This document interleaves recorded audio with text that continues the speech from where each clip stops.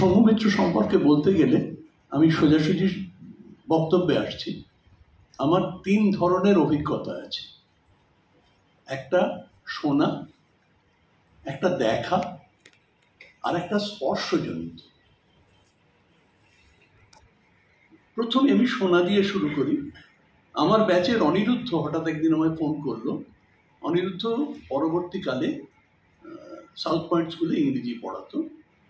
যে শঙ্খদা বলতো, শঙ্খ ঘোষ জানতে চেয়েছেন শম্ভু মিত্র কোন বছরে ম্যাট্রিক পাশ করেছিলেন। এখন আমি প্রাক্তনীর লোকেদের খোঁজ করতে গিয়ে অনিল দাস খোঁজ পেলাম। অনিল মৈত্র প্রাক্তনীর মেম্বার ছিলেন। বলা বললে মানে প্রশ্ন করা মাত্র বললেন, হ্যাঁ শম্ভু তো আমাদের ব্যাচ, অর্থাৎ 1931। এরপরে আরেকটা অন্যরকম ঘটনা, সেটা হচ্ছে